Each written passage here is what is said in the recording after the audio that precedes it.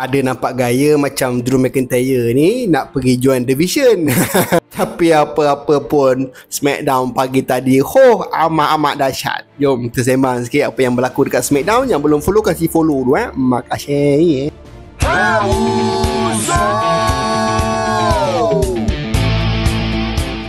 SmackDown start dengan Pak Cody first punya segmen dengan Drew McIntyre. So kita dapat tengok lah yang macam Drew McIntyre ni yang buat Jacob Fatu. Lepas tu nama Jimmy Uso ditekan-tekannya. Nama Naomi pun naik. Dia kata si Jimmy Uso tu kesian dia.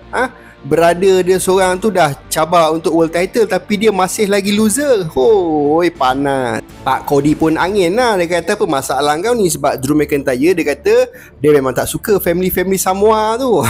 So nampak sangat macam boleh join the Vision tu nak lawan dengan budak-budak CM Punk tu. Budak CM Punk kan banyak budak-budak Samoa kan. LA Knight pun katanya nak masuk Samoa kat tu. Lepas tu si Cody Rhodes ni marah, tiba-tiba daripada belakang Jimmy Uso membantai Drew McIntyre cukup-cukup. Lama memang mantap kau Jimmy. Kasihlah spotlight sikit dekat Jimmy ni kan. Mula aku first aku tak layan full sangat. Aku just tengok dekat TikTok. Apa pasal Jimmy pula tiba-tiba masuk dekat storyline ni. Aku pun dah pening dah kan. Lepas aku layan full baru macam okay, faham sebab dia ngungkit-ngungkit. Kan satu lagi Jimmy ni memang daripada SmackDown kan. Tak macam mana berkesesat dekat Raw hari tu. End up hujung-hujung diorang akan ada match dekat main event. Bukan main event tu, main event SmackDown lah. First match kita ada Ilya Dragunov. Dia open challenge juga nak meneruskan tradisi si Sami Zayn tu. Dia nak open challenge, tiba-tiba keluar Aleister Black dengan isterinya Zelina Vega. Match ni best. Kita dapat tengok Zelina Vega pun interrupt match ni sampai yang si Aleister Black tarik kaki Dragunov tu jatuh macam Kang injured lagi pula orang. Tapi cukup menarik match ni. Aku pun dah minat pula dekat si Ilya Dragunov ni. Di pertengahan match tiba-tiba berkumandang lagu Damian Priest. Seawal ini dia return dia pakai spek mata hitam, buka-buka dan macam Zuko dah muka dia. End up hujung-hujung si Ilya Dragunov ni menang sebab Damian Priest tu keluar. Aleister Black dah tak senang duduk. Apa lagi dia kasih torpedo coleslaw lah dekat si Aleister Black, pin, dia orang retain. Lepas tu tak habis macam tu je.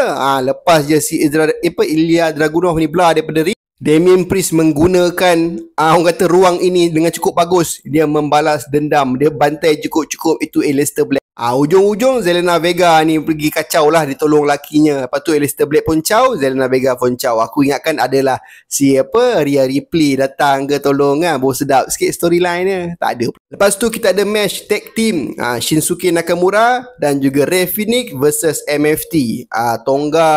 Tama Tonga dengan si Jesse Mateo menjadi wakil. Tapi itulah macam tak fair je pun sebab budak-budak MFT lepak bawah. Match best. Aku suka gila kolaborasi antara Rey Fenix dengan Shinsuke Nakamura ni. Memang super. Dekat hujung-hujung match si Solo Sikoa tu kacau ref. Apalagi Tama Tonga ni menggunakan dia punya menggunakan ruang dan waktunya.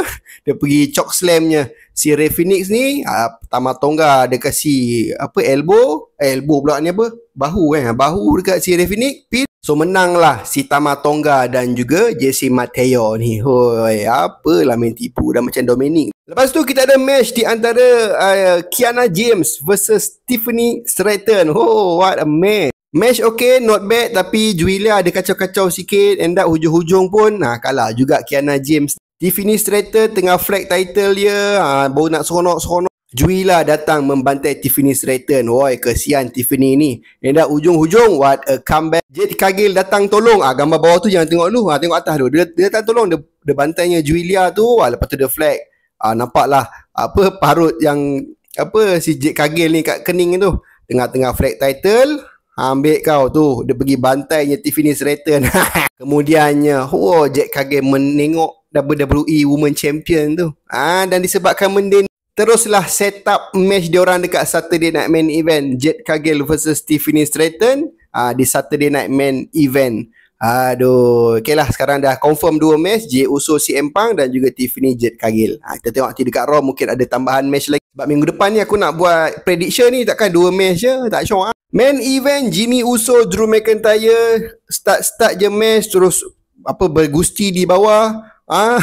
Dia bantai cukup-cukup Drew McIntyre. Lepas tu Drew McIntyre pun bantai cukup-cukup. Dia orang main steel chair, main table kau-kau, sampai luka-luka badannya Drew McIntyre tu. Oi, Uso pun Jimmy pun baik juga dia buat someone drop tu kan, kat atas table. Last end up ujung-ujung kena Claymore sekali, pin, settle, Drew McIntyre menang. Lepas tu dah menang, dia tak ada apa lagi, dengan tanpa melengah-lengahnya dia ambil steel chair, dia grip kepalanya Uso tu. Nampak sangat dendam sangat. Lepas tu macam biasalah, Cody Rhodes datang membantu. Dia membantai. Lepas tu dah settle. Drew McIntyre sudah hanyut di bawah. Cody Rhodes pun nak tolonglah Jimmy dekat atas tanpa melengah-lengah masa. Daripada hujung lorong tepi.